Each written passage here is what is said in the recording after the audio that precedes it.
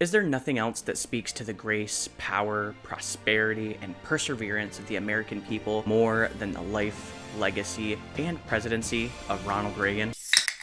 Yes, and it's the persistent existence of the mystery spot in St. Ignace, Michigan. Why does anybody like this place? It sucks. I don't understand why people still go there. Now, for those of you who don't know, Ronald Reagan was president of the United States from 1981 to 1989 and has served on Hell's board of directors since his death in 2004. Reagan's legacy is a complex one, and it's incredibly divisive. There are many who believe that Reagan's presidency brought prosperity and security to an economically struggling country that domestically suffered from high crime rates, rampant drug use, and moral degradation. They also believe that he brought international stability in his victories in the war against communism. Mr. Gorbachev, tear down this wall. Reagan smash! With most communist states in the world collapsing by 1989. That's right, buddy. Get an egg in your shoe and beat it. We don't want you around here anymore. However, there are also many that argue that Ronald Reagan's cuts to welfare programs, the Department of Education and the EPA, his personal role in union busting, his neglect of the AIDS crisis, constant tax cuts for the wealthy, which seem to be somewhat linked to the wealth inequality issues we're facing today, the failure of the war on drugs, which saw an 11% increase in violent crime, mass incarceration of American citizens, primarily minorities, due to minimum sentencing for nonviolent drug crimes. It also provided fuel for the rampantly growing prison industrial complex. The vetoing of the Civil Rights Restoration Act of 1987, which would have expanded legal protections granted under the Civil Rights Amendment of 1964. The expansion of the country's defense budget for a straight 6 years, which resulted in the exponential expansion of the military-industrial complex, which in turn created an industry that could no longer survive with a reduced budget, because at this point it had begun to employ millions of Americans. And finally, the military involvement in El Salvador, Lebanon, Grenada, and Nicaragua were all bad things, actually. And this might make me seem like a little stinker, but I think that doing things that create a net negative for society is bad. Yes, thank you. Thank you. Thank you. Yes, I am better than you. Thank you. And while I would love to talk at length about the failures of Ronald Reagan, today we're going to be talking about one in particular, one that saw the largest approval ratings dive of any president in history, and nearly saw Ronald Reagan himself indicted. This is the story of... Look, I made you some content. Daddy made you your favorite open wide. Here comes some content. Now, in order to properly contextualize this story, we need to start in the late 19th century. In the late 19th and early 20th century, the United States was aggressively expanding its empire, or as we prefer to call it, sphere of influence. Empires are for yucky Europeans. Ew.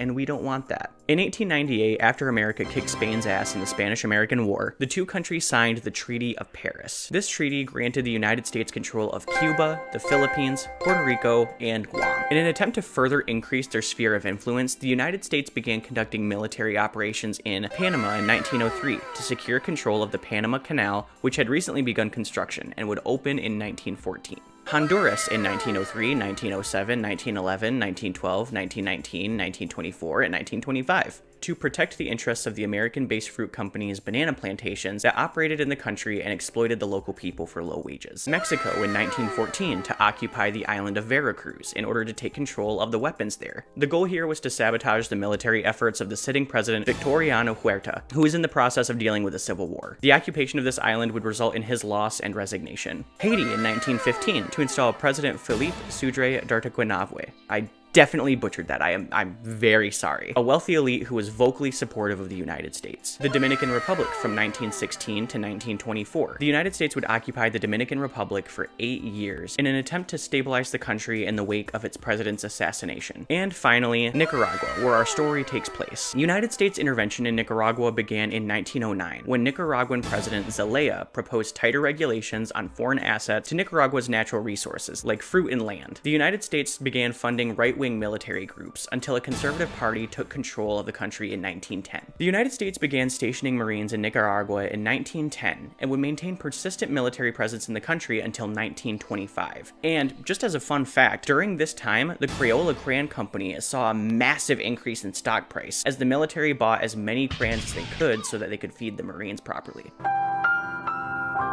In 1926, the filthy leftoids would try to take control of the country again. Ew, you're stinky. I'm gonna throw up. Oh, you smell so bad. The following year, President Calvin Coolidge, the coolest president, appointed statesman Henry Stimson to negotiate a peace treaty between the warring factions. The treaty was agreed on by most parties, but there was one general in particular, Augusto Cesar Sandino, who refused to sign the treaty. Sandino retreated into the mountains of Nueva Segovia and led a guerrilla army against both the conservative government and the United States Marines that they sent after him. The United States would eventually withdraw troops in 1933 for a couple of reasons, namely the Great Depression, Sandino's continued guerrilla war effort, and the election of left-leaning President Juan Bautista Sacasa. But on the way out, the United States established the Nicaraguan National Guard, a military police force that was trained by the United States and would serve United States interests. The Americans put their ally Anastasio Somoza Garcia in charge of the National Guard. Meanwhile, the newly elected President Sacasa reached out to Sandino and told him that if he ceased his guerrilla activity, the new left-leaning government would grant him amnesty. Somoza, Sandino, and Sacasa were seen as the three leaders of the country. Sacasa really had little true power and was essentially just a figurehead. And having received amnesty for his crimes, Sandino began to publicly denounce the National Guard and called for its complete disbandment. As tensions began to rise between Somoza and Sandino, Somoza eventually ordered the assassination of Augusto Cesar Sandino. Somoza would continue to consolidate his military power and would eventually force President Sacasa into exile. This was the beginning of the Somoza political dynasty. The Somozas would comfortably run the country until 1972, when severe economic tensions and frustrations with a corrupt,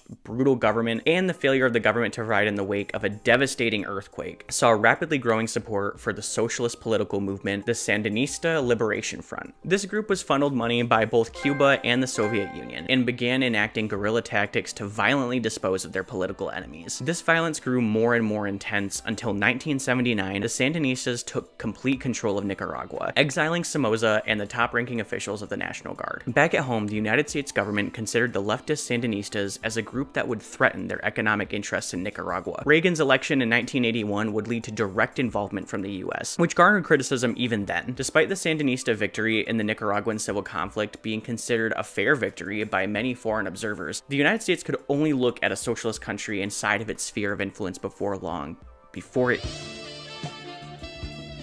In 1982, Reagan signed National Security Decision Directive 17, or NSDD 17, which granted the CIA $19 million to begin the recruitment and training of multiple right-wing militia groups. These groups would be trained inside of the neighboring country of Honduras. Hey, look, we know that guy. Yeah, from earlier. You remember, you're smart, you get it. These groups would return to Nicaragua to wage a civil war against the Sandinista government. These groups became collectively known as the Contras. Oh, thank fucking God, he's finally getting to the main side. A large portion of these groups would consolidate their power and go on to form the Nicaraguan Democratic Force. This support from the Reagan administration was integral to Reagan's Reagan Doctrine, which sought to provide military aid to any anti-communist or anti-socialist movements that were in opposition to those funded by communist states, namely the main villain of the United States from the 1960s to the 1980s, the USSR. Although a report commissioned by the State Department in 1984 would actually conclude that the Soviet influence in Nicaragua was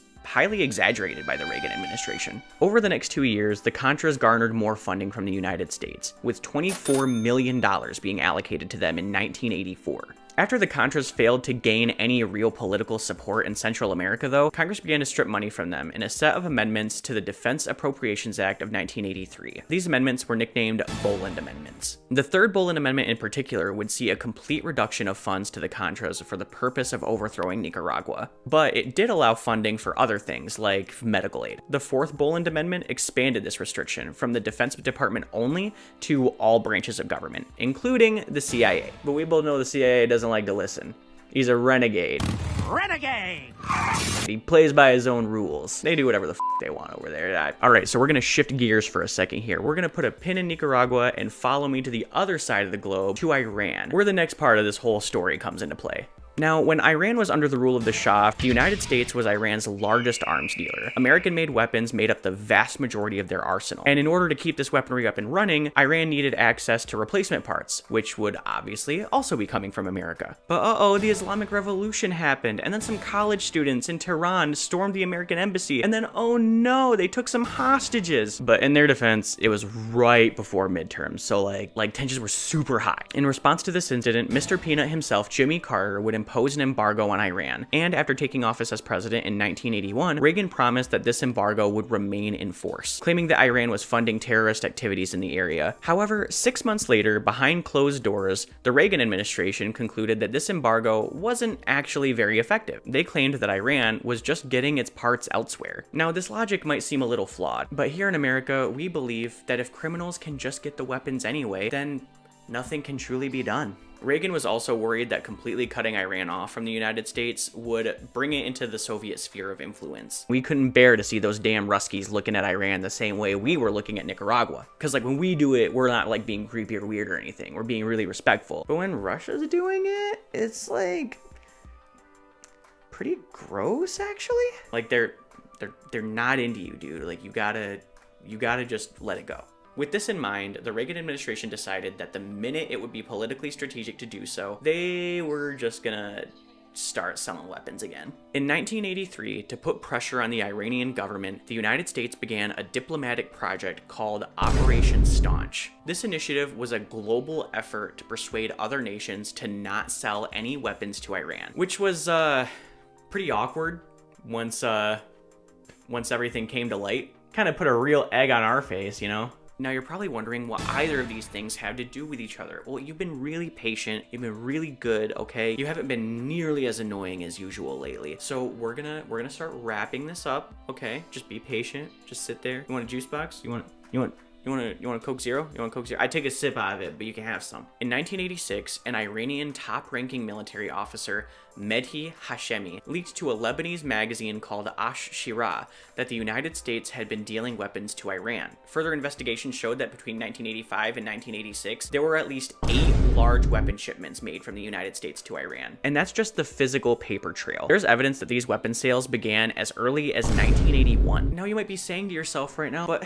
you just said America didn't want to sell they didn't want to sell weapons to Iran though, so like I don't understand. No, you're getting annoying again. Stop it, because we're getting to it.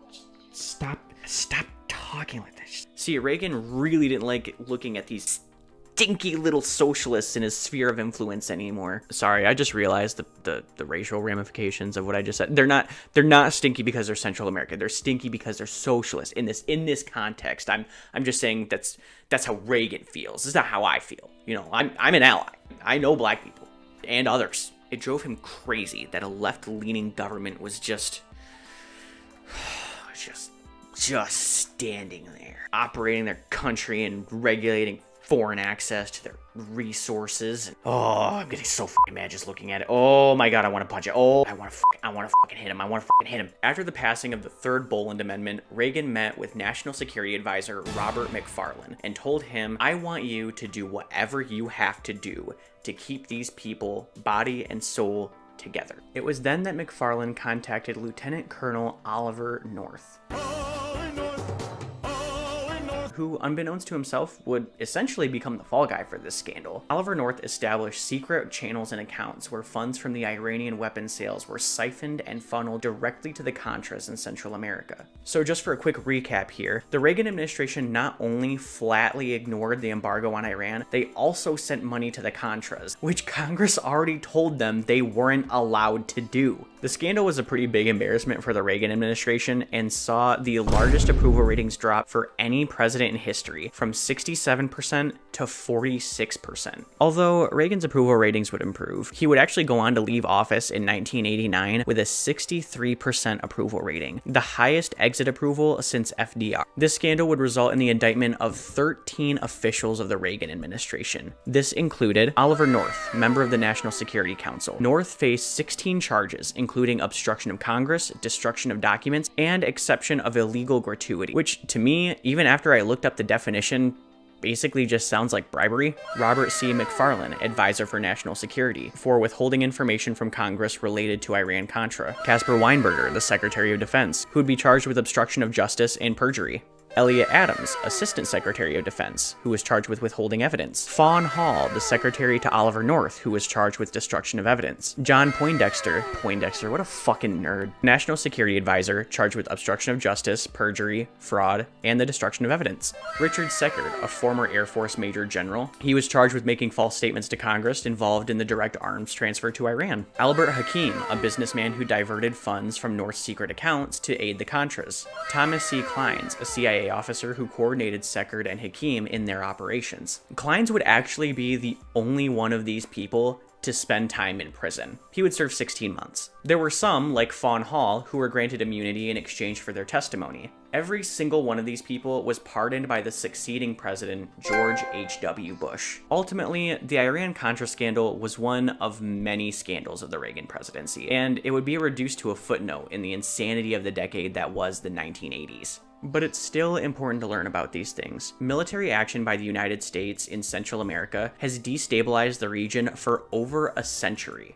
And even still, the United States takes a hardline stance against any leftist movements that spring up in the region. Until we loosen the grip on the land that we've colonized and molested, I'm not sure that the area will recover. American fruit companies still control vast swaths of the land in the region. They still exploit local workers for pennies on the dollar. I don't really know what the answer here is, other than the obvious that it would be super cool if the CIA would stop terrorizing the third world, but clearly that is a near impossibility. If you like this video, please give it a like and consider subscribing. Leave a comment on a topic that you'd like to see covered soon, and let me know how I'm doing. Just so you guys know, I know that finding a niche on YouTube is very important for your channel's growth, but I also want to start transitioning a little more from just history to commentary type stuff. General commentary on a wide range of subjects is kind of what I like to do. Anyway guys, that's all that I have. My name is Isaiah, and thank you for watching my video.